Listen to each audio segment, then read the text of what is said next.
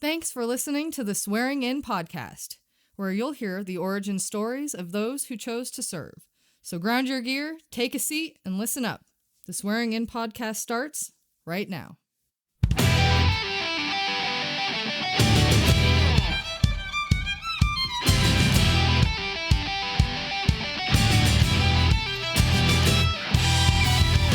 Hello and welcome to the Swearing In podcast. I am your host, Marty Smith.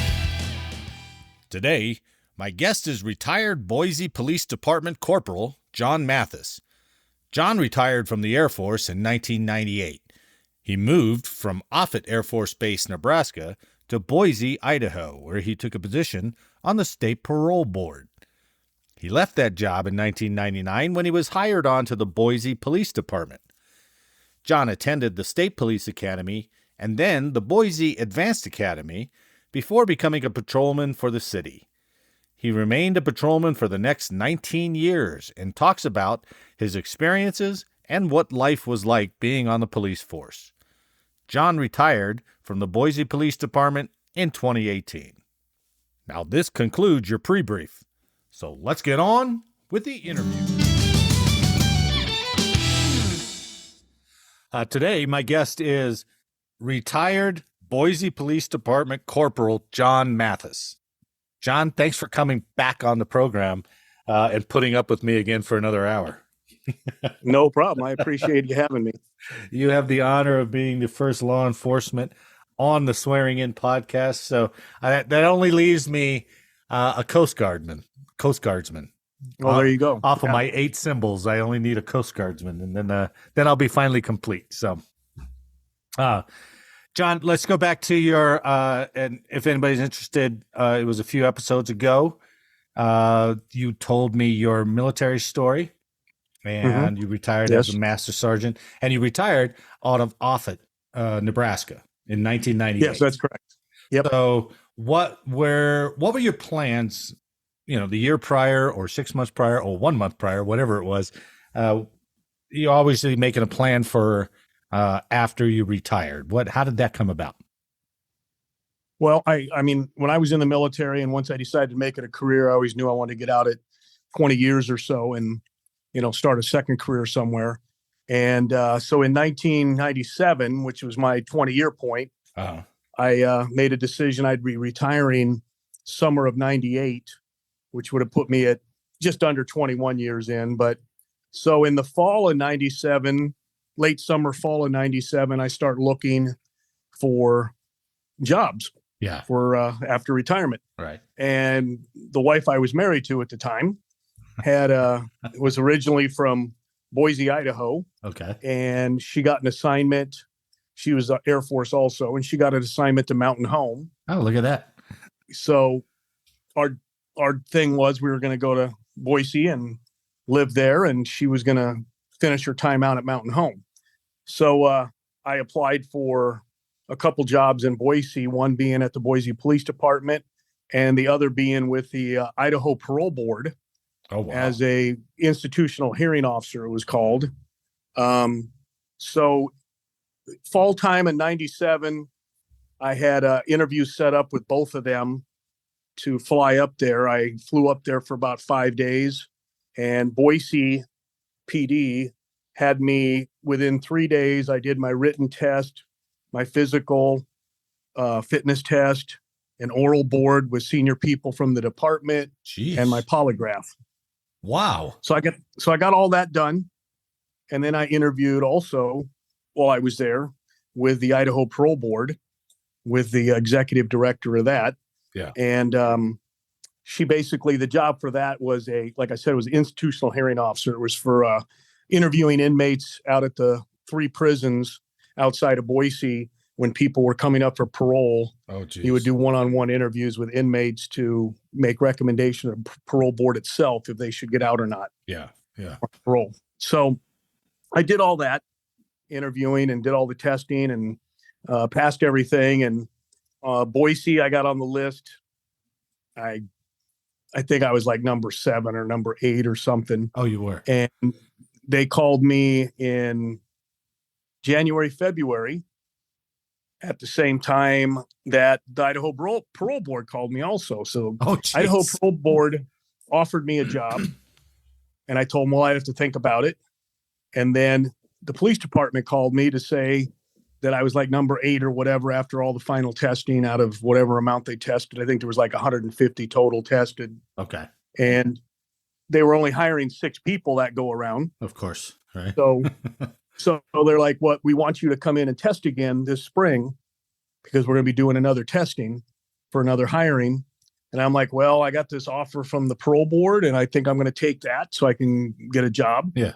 Yeah. So I called the parole board back and took that job. So I initially moved up to Idaho in April of '98 and started with the parole board. I retired 1 May of '98, but with terminal leave, Yeah. I moved up there early and started the job with I still had 30 days to go in the military when I started with the parole board. Sure. So I worked with them starting in April of '98, and about January '99, I realized that it was a desk job. Basically, I'd go out to the prison for 2 weeks straight, interviewing 25 different inmates I had a caseload of, and then I would be in my office for another 4 weeks typing reports to give to the parole board itself. Oh, wow. Making recommendations after doing some background checks and doing some checks on the inmates and calling people and doing different things, and, make recommendations on if they should get out on parole or if they should stay in longer. Yeah. So I did that job for a while, and then I decided, you know what, I can't see myself doing this for another 20 years. Yeah. So Boise PD was testing, and this was spring of '99. So I tested, went through the whole process again, ended up number 2 on the list. Hey. And so they hired December of '99. I got hired by Boise PD with 9 of us going to the academy. And we started late December of '99 going to the Idaho Academy. Idaho has a state academy that you went to. So we started going to that in December and finished up in that March. Did you have plans to just take that 20 years of security forces experience and use it in the civilian? Was that kind of your plan all along? Yeah. That was my criminal. I had a bachelor's degree then in criminal justice. Oh, okay. And I had done that while I was in the Air Force. So I got my bachelor's degree done. And, that was being a cop in the Air Force. That was basically all I knew. And that's what I wanted to do on the outside, was something in criminal justice. Sure. That's why the parole board job was, something in criminal justice, which it was interesting. I mean, I got to talk to people that did some very bad crimes and, murderers, rapists, sex offenders, everything. And so it was interesting. That actually sounds like good prep for being on the police force. And actually, I can, we'll get into it, but once I was on the department, I actually ran into a couple of people that I gave, interviews. I did interviews with from the parole board. So ended up arresting a few of them again. Oh, so no. Yeah. Repeat offender. Yeah. Yes. With your interview, did you initially say they were good to go to get paroled? It just depended. I mean, sometimes I would have, like I said, usually we had a caseload of 20 to 25 we'd get for an 8-week cycle. And we'd go out and interview everybody for a couple of weeks. And we'd be in the office doing all our follow-up by going over records, calling people that this guy had been involved with at the prison or on the outside, calling the counties they'd been convicted in and talking to people that knew them or arrested them or dealt with them or whatever. Yeah. And then also looking at what their plans were when they got out. We had to check on where they were going to live, where they're going to get work. Oh, wow. Who was going to let them live where, everything, to see if they had a viable plan for parole. Oh, I didn't know that was part of it. Yeah. So it was interesting. It was interesting to delve into backgrounds of people and all that. And even after only, I was there a year and a half total, but after about 6 or 8 months of it, you could almost cut and paste some people's criminal life, social life, and all that in, and it'd be almost the same thing for each person. So it was getting kind of monotonous. Yeah, I can imagine the monotony would, and that was only your first year. Yeah. Okay, so let's get into the academy. Now, Sure. you've had, I don't know how much of your training crosses over, maybe all of it. I don't know. But, what was your impressions of the academy? Well, I mean, the academies in Idaho. So like I said, it's a statewide academy where like Boise was sending 9 of us to the academy. Our class was about 60 people. And that was from departments all over the state. Okay. We're sending people. So our class, which is a 12-week class, was from different departments around the state. So yeah, it wasn't as some states have more of a military type academy where, an instructor walks by you, you go to attention on the wall. Yeah. Oh, they do. Stand there at attention. Or, a stress academy, they call it. Oh, wow. Or, you screw something up. We did have, if you screwed something up, you could be doing push-ups. Yeah. So you could do that. So, but ours was still, you're in uniform every day. You got inspected every day. You had PT pretty much every day. I mean, you had different. There's still a weeding out process for the academy. Oh, yes. I mean, we lost, I think out of our 60, we lost about 5 people, I think, total. Yeah. Huh. A lot, but we lost 5. So, and that was basically from not passing tests. Yeah. Not passing, because you'd have different blocks you went through of, like the first couple of weeks was constitutional law and Idaho law. And then you had a test on that. And if you failed it, you got a second chance. If you failed it again, you were out. Yeah. Okay. So, and it went on like that, for the next 12 weeks, doing all the different training and stuff. You had a second chance. And if you failed the second time, you were gone. So I understand the academy's going to the academy is going to be a lot different than going to basic. And probably the biggest the biggest difference has got to be an age range in the academy. Right? Oh, yeah. Yes. So you're in your late 30s. Yeah, I was 40 years old when I went to the academy. So I was probably and there was a couple guys a few years older than me, but majority, of course, were in their mid 20s to mid 30s. Okay. Was the majority. So I was one of, say, 3 or 4 of the oldest in the class. So, so that was and that was one of the big questions when I got hired by the oral board I had to go to. You see an oral board where you have, I believe we had 2 captains, 2 lieutenants, and a deputy chief on the oral board. Uh-huh. And they're basically throwing questions at you, scenarios and so forth, and also asking opinions. And a lot of it was to see if you'd stick to your guns. And even if you gave a wrong answer, because a lot of people, that are interviewing to be a cop have never been a cop. Yeah. And they may give an answer and they'll slam right back at them and say, oh, you're going to do that. Well, what if that's wrong? And they want to see if you'll stick to your guns, as far as answer. Interesting. So, so it was one thing that I knew about. So it was easy for me in that oral board to say, well, this is what I do and all that. And when they threw it back at me, when an example was you're with your training officer and you're at a alarm at a convenience store that's closed and the alarm's going off. You get there, you find an unlocked door, you go in, you make sure everything's okay, which it is. And you're waiting for the owner to come out to secure it. And you see your training officer take a candy bar and eat it. Oh, what are you going to do? Right. And I said, well, I'd probably say something to him about, it's not pretty cool. Maybe you want to pay the guy when he gets here. Yeah. And one of the lieutenants says, well, what if he tells you to F off? I said, well, then I'd probably go to whoever his supervisor is or my supervisor in the training program and let him know that. Yeah. And then another one throws back, oh, you're going to be a little narc, are you? Right. They're trying to trip you up on everything. Well, yeah. And I'm like, well, I guess so. If that's what he's going to do and that's going to violate policy, it's going to violate the law. If that's being a narc, then I'm going to be a narc.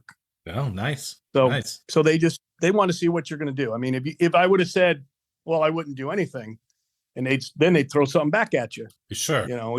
So they're just seeing how you are under stress a little bit of, how you're going to answer stuff. I would imagine that comes a little bit easier with you. I mean, it wasn't as bad for me because I'd been through enough. Yeah, you probably saw real life situations. And being through different schools and stuff and classes and knowing things about how people act and and how departments were. I mean, even in the Air Force, we dealt with police departments. So Yeah. we knew how some okay. of them Yeah. treated people and all that, and what they looked for in people and so forth. So, Huh. yeah. So anyway, but yeah, so the academy though, it was a good learning experience as far as going from the military to civilian life. And I got to I learned a lot in the academy, a lot more than I did ever in the Air Force at the academy they had there, which was a very small 6-week thing. Why so? Because we had more in depth. I mean, we had okay. EVOC driving, emergency vehicle operations driving. So we did it for a full week. All we did was drive around hauling ass everywhere, like we're chasing people and learning how to do different things with vehicles and wow, so that's forth, pretty cool. which is fun. Another week was a full week at the range, of course, qualifying and making sure you can shoot your gun correctly and all that. Yeah. And then we had a lot of interaction type scenario based stuff where like domestic violence and, then of course a lot of hands-on training as far as defensive tactics, which was a lot more than the Air Force ever offered. In the academy though, I mean, you learned a lot of the state, everybody was taught the same thing. Yeah. And after we got done with our 12 weeks of the Idaho Police Academy and graduated, then we went back to Boise Police Department, us 9 did, and we had 12 more weeks of our own academy. Oh, you did? Yeah. So we had 24 weeks basically of police academy. So about 6 months total. So we had ours was called the Advanced Academy. So our local departments, our Boise Police Department Academy was the Advanced Academy. Okay. And basically you're learning the Boise way of doing things. Oh, okay. All right. So you're still learning, you learn something at the state level, and that all the stuff. And then you go back and you go over a lot of the same stuff, but there might be a little different ways of Boise doing things. Yeah, sure. So yeah, so that was, so basically 6 months of academy type life, going to classes and doing different hands-on things and all that before you were able to go into the training officer program, which was 14 more weeks. Jeez. Where you're with training officers. So you're with 3 phases of training, and your phase 1, you have 4 weeks, phase 2, 4 weeks, phase 3, 4 weeks. And then if you pass all that, you go back for 2 more weeks to your phase 1 guy. And he basically rides along like a civilian with civilian clothes on. And he is not going to be doing much of anything because he's making sure you've learned what you're doing and you're ready to go on your own. Oh, he's almost just an observer for the most part. He's an observer. That's all he is. Yeah. Yikes. So anyway, but yeah, so September, I went on the road myself then and started on a swing shift, basically is what I worked. Okay. 3:30 in the afternoon to 1:30 in the morning because we work four 10-hour shifts. So yeah, that's what I went to first. Huh. Yeah. So I worked on the swing shift there and I enjoyed that. And I stayed on patrol, like I said, my whole career because I didn't really want to. I had always thought about being a detective or being a crime scene investigator. Yeah. And then once I got on patrol, I'd been on patrol a couple of years because detectives still worked out of an office, even though they came out on stuff. They still had a desk and all that where patrol car was my desk. Huh. I had my computer in there that dispatched me where I could do my reports on it if I wanted to. In my car, and that was my desk for the day, and I had my patrol area, and that's what I liked. I mean, every day was different.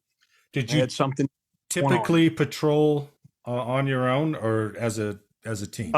Usually in Boise. So Boise's about 230,000 people. Okay, and we had our department was about 300 officers. In patrol, we had about 110 officers. So our shift was about 15 to 18 people normally. Okay. So you had about 10 sectors.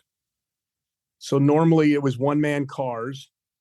And then you may have an extra, we had rove units also. So you had a sector car and then maybe a rove unit and maybe a second sector car in certain sectors that were very busy. Yeah. So, but then on certain days, like we worked on the swing shift that I finally left, I was on the longest for was, I worked Tuesday, Wednesday, Thursday, Friday, and I was off Saturday, Sunday, Monday. So Tuesday, Wednesday, Thursday, I was usually by myself. Friday was what was called our overlap day, where the other swing shift worked with us. Oh, I since see. We worked yeah. days. Yeah. So they were there also. So we had 2 swing shifts out. So you had 30 something people out, and those would be busy nights. So Friday night can be busy. Saturday night is when the 2 night teams overlap, and those can be busy. So usually we did 2-man cars on those days. Okay. Is we called it tacking up, where 2 guys would tack up. So we would do that usually on Fridays when I worked. And then on Saturdays, the night guys would do 2-man cars a lot of times. So, but usually I'd say, 80% of the time you're a 1-man car. Yeah. So, yeah. So why, I'm going to come back to it and ask you why you didn't want to go be a detective or anything off of patrol. Was it really just the nature of doing patrol, and then you kind of, which is after a few years of doing patrol, I realized that, and that's what I basically in the Air Force, I did some office jobs in the Air Force. I did back office jobs, as they were called, Yeah. But on a police department on patrol, I realized that I felt that was my calling. I enjoyed going to calls and helping people. And going, I'd go to a call, I'd help them, I'd do what I needed to do, I'd go to another call. Yeah. And that's what I enjoyed. And I enjoyed going to in progress stuff also, the code 3 calls, as we called them, lights and siren. You got a guy with a pipe swinging it at somebody in a parking lot. I like going to that stuff. I like being involved in that. And that's what my forte was, I believe, was to be on patrol. And there was a lot of guys like that. You had a lot of guys that did their whole career in patrol. Then you had others that moved around a lot. They went to different specialties. So, yeah, you might have a guy that goes to detectives for 3 or 4 years, and then he becomes a school resource officer for a couple of years. Oh, okay. Or gets on the traffic unit for a few years or something like that. So you had guys that moved around a lot. Then you had guys that got to specialties and stayed there forever. That's kind of nice, especially compared to the military, that you would have an option if you wanted to move and try something new, or just stay if you want to stay. Yeah.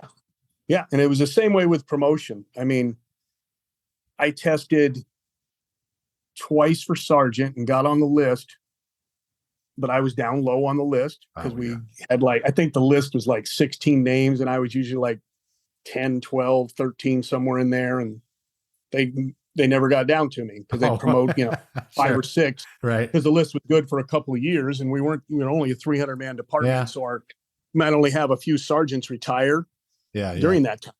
So, but after a couple times of testing, I was like, I really don't want to be a sergeant, because I was getting my rank. I was getting my seniority on my team to where when the sergeant was gone, I was the acting sergeant. There was 2 or 3 of us that went to what's called acting field commander course.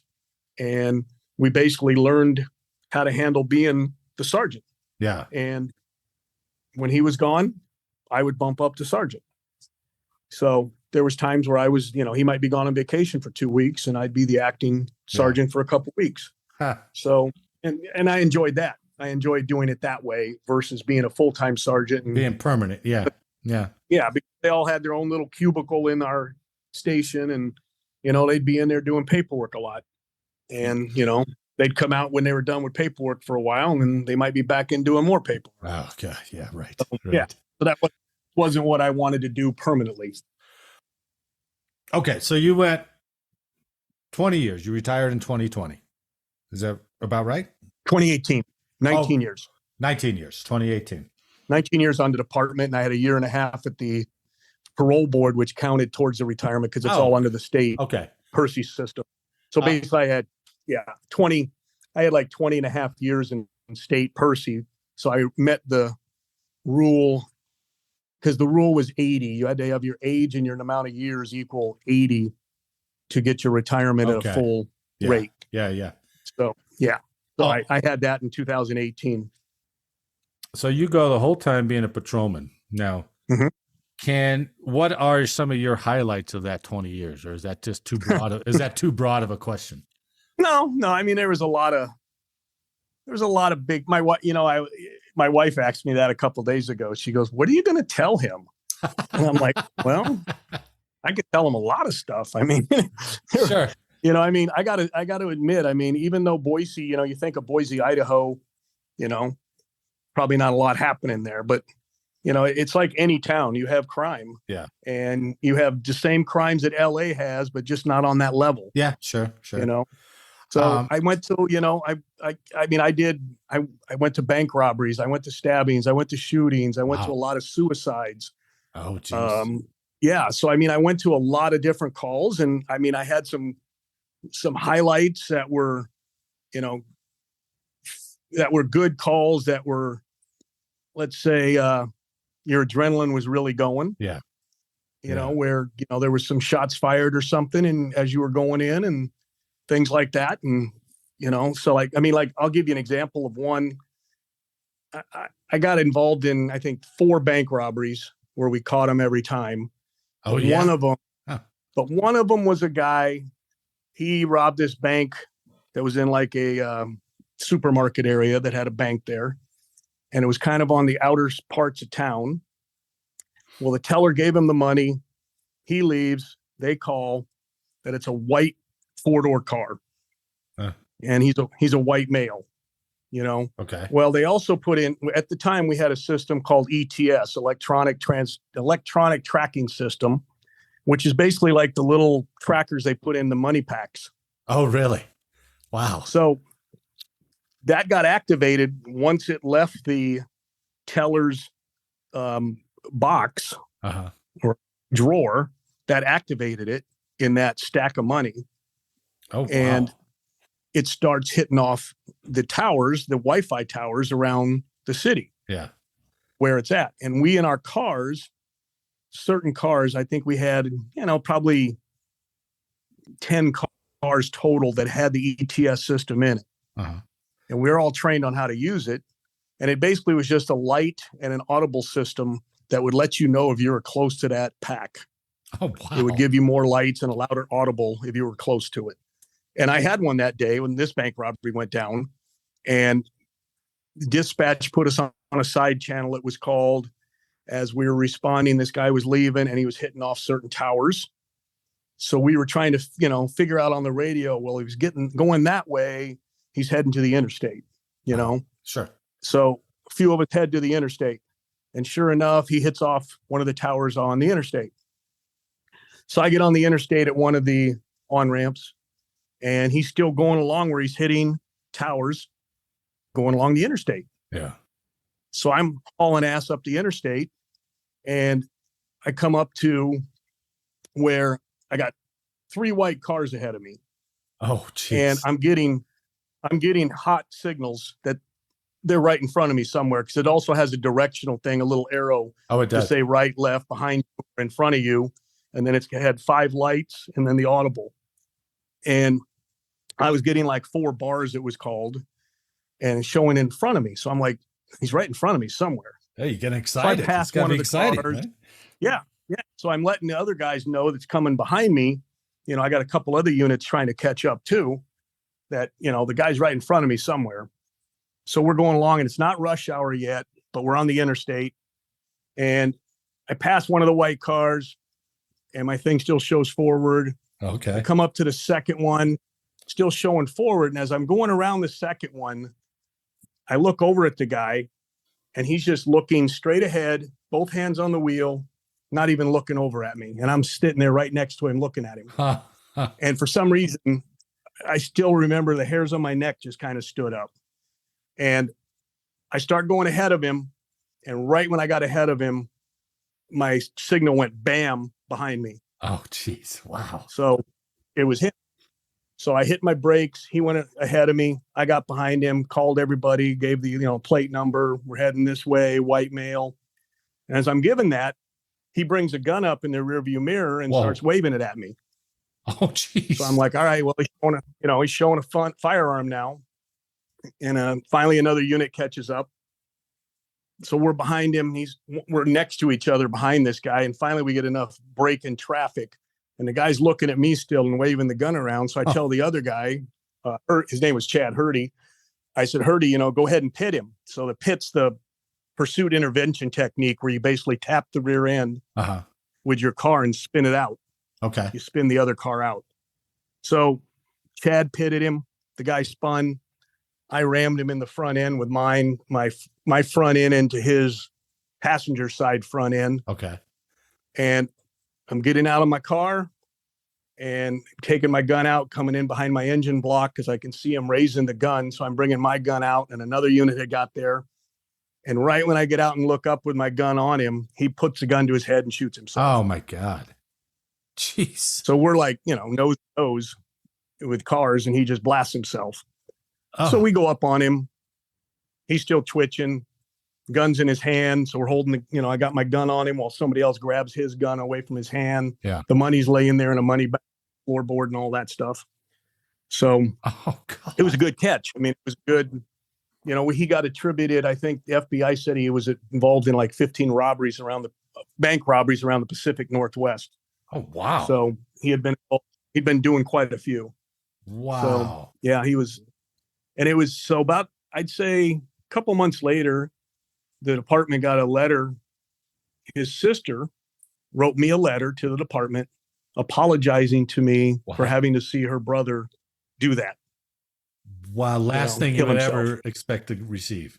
Yeah. I wouldn't think somebody would do that. Wow. As far as write me a letter to apologize for her brother's actions. Yeah. Yeah. And all that. So yeah, that was, whoa, that was a pretty big call. We didn't have those all the time, but no, we had, I'd say like getting in pursuits with people as far as chasing cars around for doing whatever. In my 19 years on patrol, I was probably involved in 75 or 80 pursuits. Okay. Altogether, of chasing, I remember chasing one guy was a escaped convict that stole a car, Jiffy Lube. And we got in a big pursuit with him and wrecked him into a pole and stuff. So yeah, so we had a little bit of everything. Just out of curiosity, what were you guys driving up there? Well, when I first started, we had Crown Vics, and Chevy Caprices, the big old Caprices, the big round ones. Really? And then and those were good. Those were good big boats. Those things you were safe in them. Oh, okay. And then we finally, once we got rid of Caprices first, we kept Crown Vics for a while. And then we start transitioning into Ford Explorers and Dodge Chargers. So when I left, it was all Chargers, Explorers. Oh, no, I didn't like the Chargers. They were just really too low to the ground. I didn't like getting in and out of those things. Yeah, but I would imagine the Explorers are too high off the ground, right? No, they were fine. They were an all-wheel drive. Okay. Police package because they were made by Ford police officers. They had a turbo 6 engine type in it. I hit 120, 130 in those, no problem. Oh, geez. In those Explorers. And the Chargers were even faster because a guy and I got in a pursuit one night with somebody, and once he took off on us and we took off, that Charger left me in the dirt. Oh, geez. Yeah, sure. And I finally to continue with him on the pursuit, but that Charger, as far as get up and go, had a little more get up and go than the Explorer did at first, but then the Explorer could catch up. So it's no wonder that they do so many shows about cops. And speaking of that, didn't you mention that cops came out to your department last time we talked? No, they came out 3 different times, 3 different years. They came out there, and I got on, I think in 2007, I was on 3 episodes. Oh, no kidding. And I think 2016, I was on 1. And actually I was on 1 after I retired because it got taped the year I retired and it didn't come out to the year. So it came out in 2019, a year after I retired, I was on also. I was on there a few times. In 2007, so right? That's too. How does that whole process work? How do they set that up? Do they ride along with you in the car and set the cameras all up in there? Yes. Does that Yeah. drive you So what nuts? we did was but they have two crews that come out. So they have a camera guy and a sound guy. Uh-huh. So two guys with a patrol guy. And then we had two crews. So one crew would go with me, and we had two cars set up where they took the cages out of them. So there was no cage between the, back seat and front seat. So the camera guy would ride in the passenger seat, and the sound guy with his boom mic would ride in the back seat. Uh-huh. And you just went out and did your stuff, and if I made a traffic stop, they would get out, they'd be filming it. They'd have the boom mic out. And usually the guy that I'd stop, would be like looking at everything like, what's going on here? Right. And all we would say was, we didn't want to say that the cops TV show. So we'd say, we're making a training video of how to do traffic stops. Oh, okay. Things like that. Okay. Same thing when we went to a call. If I went to a domestic or something and they were with me and another officer was there with me and I had a camera crew with me, we'd handle our job. And if somebody said, what's with all these cameras? Well, we're making a training video on how to handle police calls. And most people would be like, all right, whatever, There's got to be some that don't want to give you consent, right? Right. So what they did was, when if they didn't want to be taped, they'd turn the cameras off right there. Oh, okay. So, right. And they would just sit there and wait while we handled the call. Yeah. But after we arrested, if they continued taping and nobody bitched about it, and they got a good episode out of it, and we'd had the guy, under arrest for something, and he'd be in the back of our car, and the cops guys would go over and have to get him to sign a consent form, to be on TV. So basically, they didn't like us being there when they did it, because they kind of, not coerced them, but kind of convinced them that it would be something they could use for their defense. Oh, that's creative. They could use the whole episode to help them with their defense. And they'd be like, oh, yeah, I'll sign. Yeah. Well, when they went to their hotel that night, they cut that 40-minute taping into a 7-minute episode.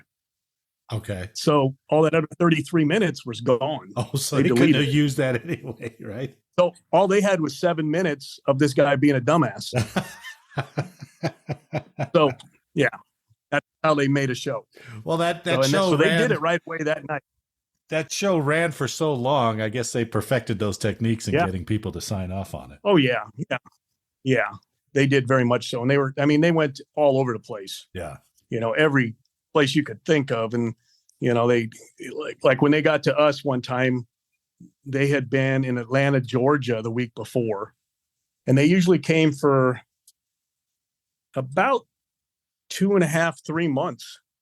Yeah. They would be, about 2 months. They would stay there, about 8 weeks. They would stay there and at a location, and they would just go out they'd go out every day. Wow. They take a couple days off here and there, but pretty much they would find guys they liked. They'd ride with a bunch of different ones. Yeah. And they'd find guys they liked riding with who, as they called it, had screen presence. Oh. And they would go with them guys, and you were signed to your patrol area still, but you could pretty much go to any call you wanted in the city to try to get them involved in something. So yeah, it worked out well for us. We never had any bad press or anything like that, or, people complaining about it or anything. So they were there in like 07, like I said, 06, and they showed in 07. And then they came back in like 15 and then in 18.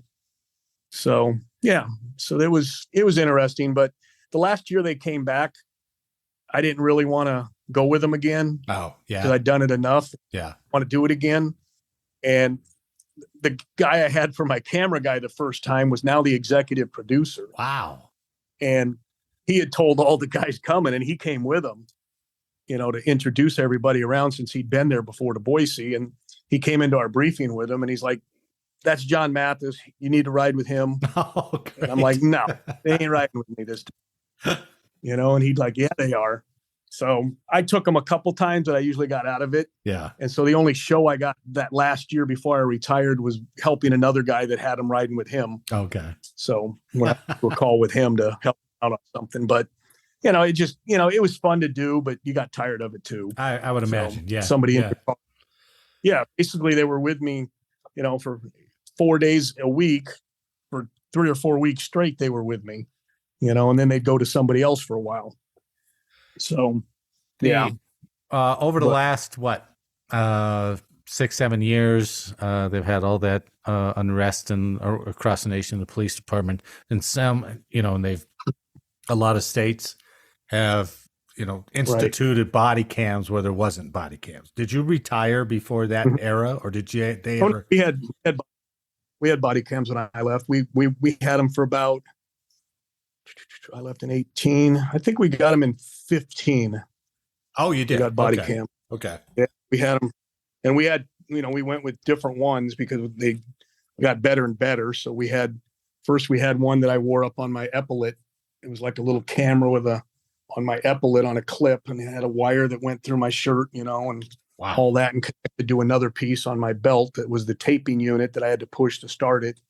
And then they finally went to another type that was, a lot of them still wear now, which is more of a one unit that basically has a big magnet under your shirt and attaches to that, and it's right in the middle of your chest. Oh, okay. And you just push the button or stop it by that button also, and the camera's right there. So the big thing with those is, they're good and all that for both uses to, say show what the bad guy did, and also to show what the officer did. And in deadly force situations, they're good, but sometimes, if you have them on in your chest area and you bring your gun out to point it, it's obscure. Your gun is blocking then from the camera. Yeah. So the camera's not seeing everything because your gun's right in front of you. So sometimes they weren't as good, but usually 90% of the time they were fine. Well, they're not infallible, but here's another goofy question too.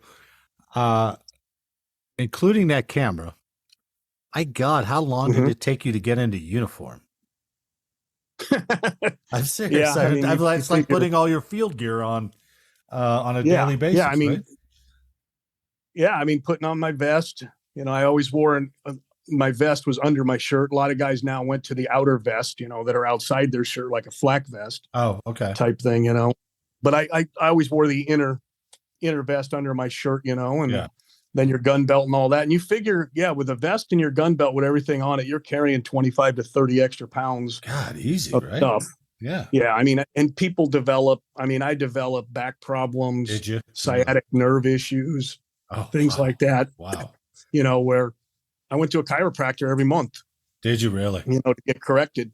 And after I retired, about 6 months after I retired, my sciatic nerve wasn't bothering me anymore. My back's still a little sore now and then, of course, but that's just old age too, lower back pain and all that good stuff. Yeah.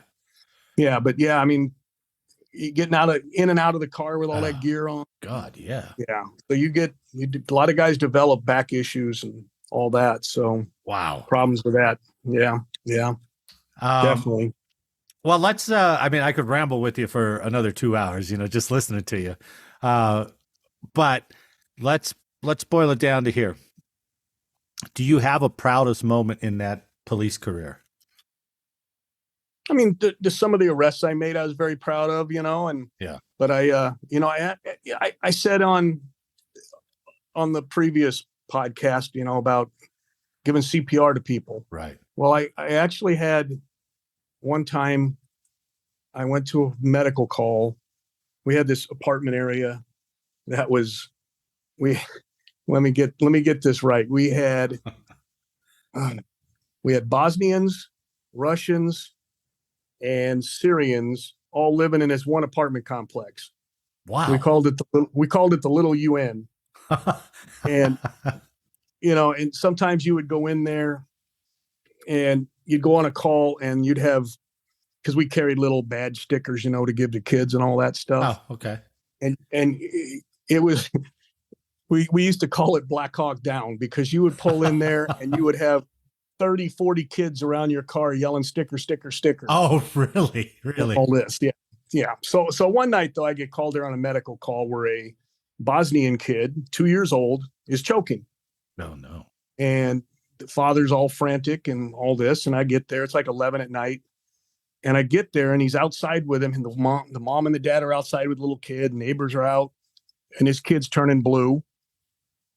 And so I just did basically I said, did he eat something? They said, yeah, he was eating a burrito and he's choking. I'm like, all right. So I put him in like a modified Heimlich basically over my fingers and just friggin', yanked up like you do for a Heimlich. Yeah. And then burrito came flying out of his mouth. Oh, it did. And yeah. So, and he was fine. The medics showed up then. I handed him off to the medics, said, here you go. He's good to go. Wow. So, but yeah, I mean, that was a big deal for me, and sure. There was, I got an award one year from the,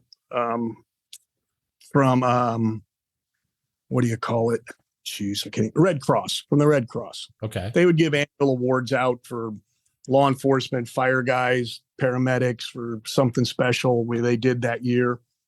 And I had a trainee with me one night, and we had a jumper off a parking garage, about a 6th-floor parking garage. And he was going to jump off it, and we talked him down and all that stuff. And he gave us a hug when we took him on his mental hold and took him to the hospital and all this for saving his life and all this. So we got an award for that. Did you talk to him? Yeah. I was the one talking to him and got him to come down and everything else. Wow. But let's just say he was I don't want to say frequent flyer. But he actually, a couple months later, we got called on the same guy again at another parking garage.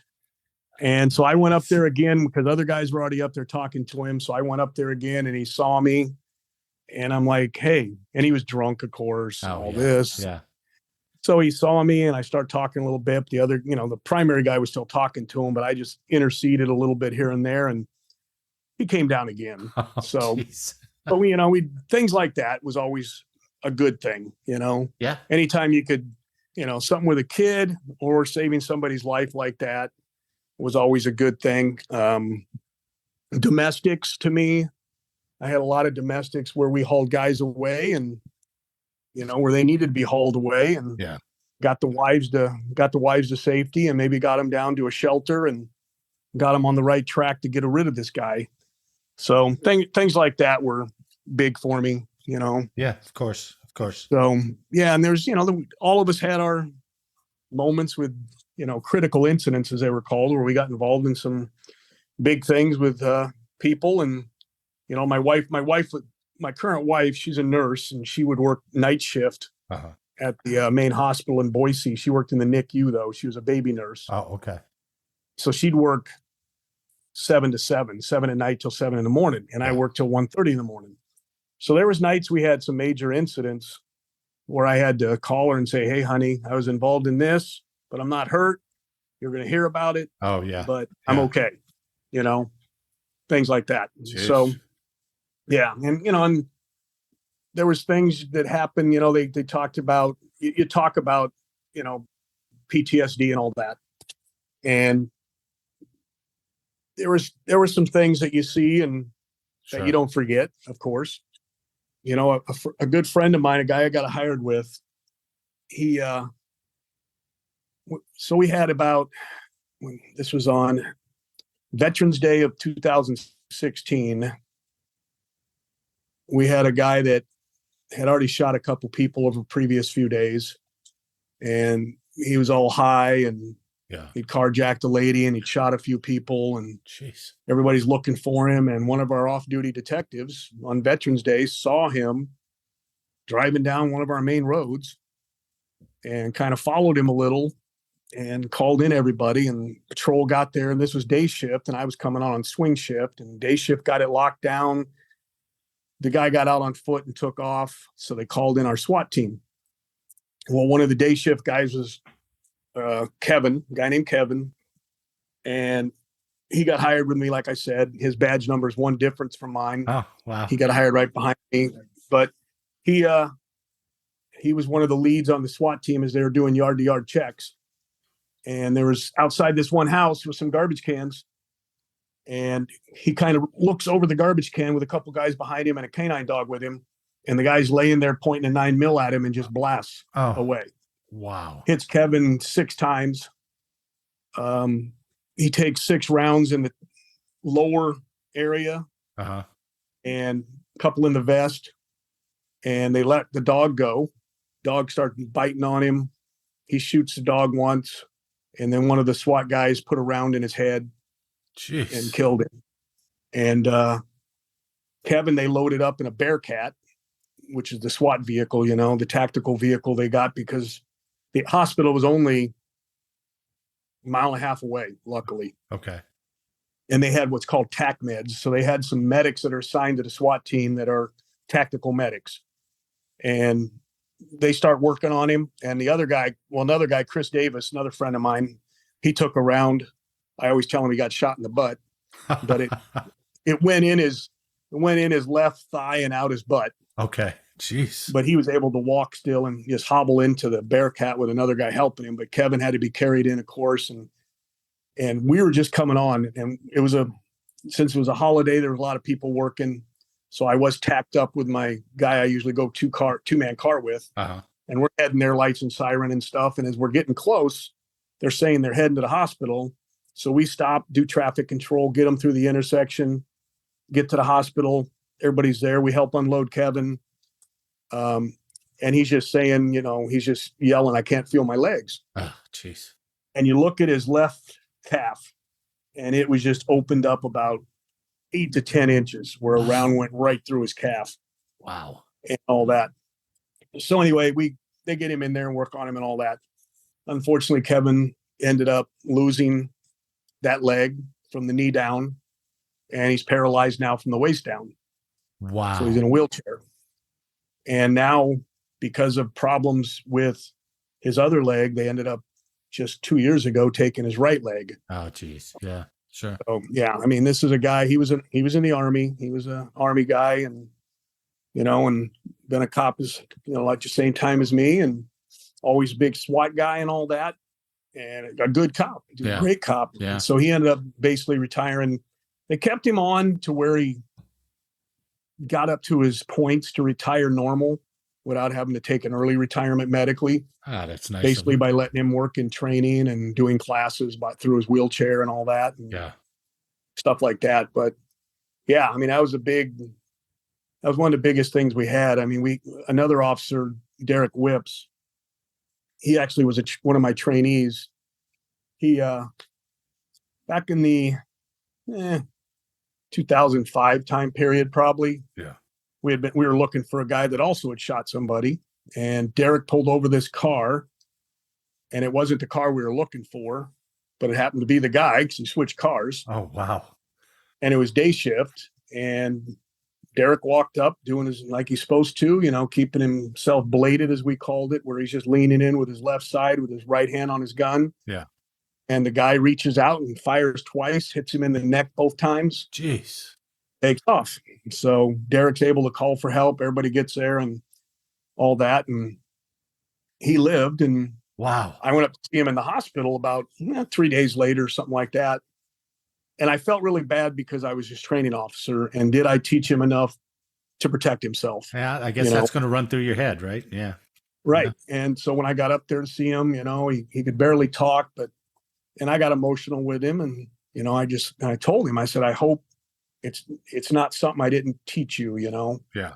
And he shook his head. No. He goes, "You taught me." And he says, "I did everything right." And he just, the Browns caught me. Wow. So, yeah. So things like that, just stick with you when you think of things. We always said, and I was an artillery guy in the Army.